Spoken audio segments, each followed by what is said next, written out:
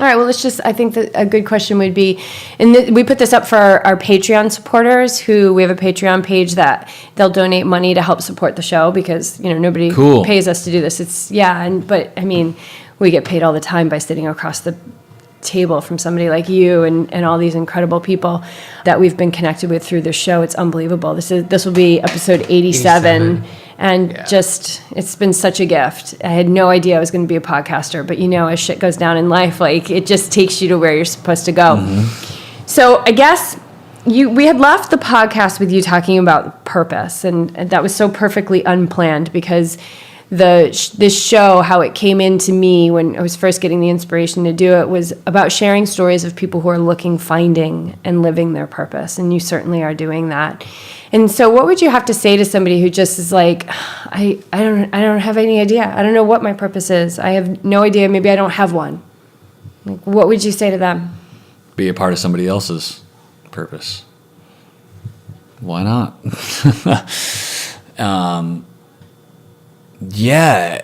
I think it's not all about me, It's other people have dreams too, and I want to be a part of those. But also there's some days where it's just one foot in front of the other too.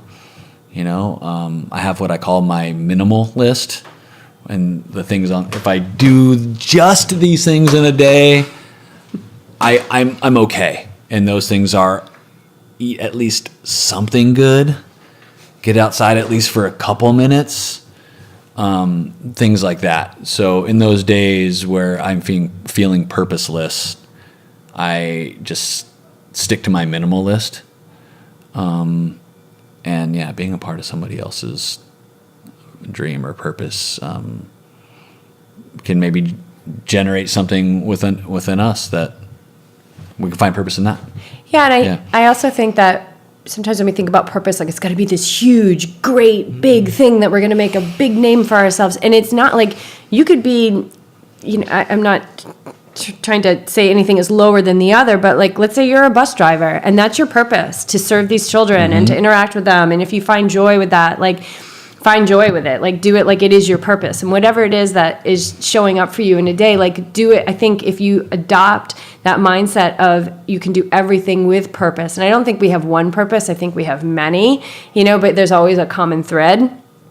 But if you can show up to yourself in your life and your day with like, I'm going to do this on purpose.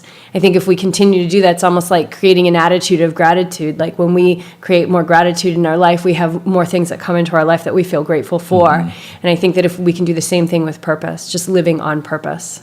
That's a hard thing to do, though. To take any sort of initiative whatsoever when feeling depressed. And I've been in those times, and God, it's hard to do anything at all. And what saved me was a dog. The days I didn't want to get out of bed, I did to take care of my dog. And that's my advice to people too that are struggling to find purpose or to take initiative. Get a dog. Yeah, I love that. It changes everything. I think, again, even having a dog or being a part of somebody else's purpose or their dream or their goal puts you into a place of service, and service is an amazing way, I think, to find purpose in a day. And going. I love the minimalist. Mm-hmm. Like that's perfect. The minimalist. Yeah, right? the minimalist. Yeah. Perfect. Awesome. Thanks for that little added tidbit. Yeah, thanks, guys. Sweet.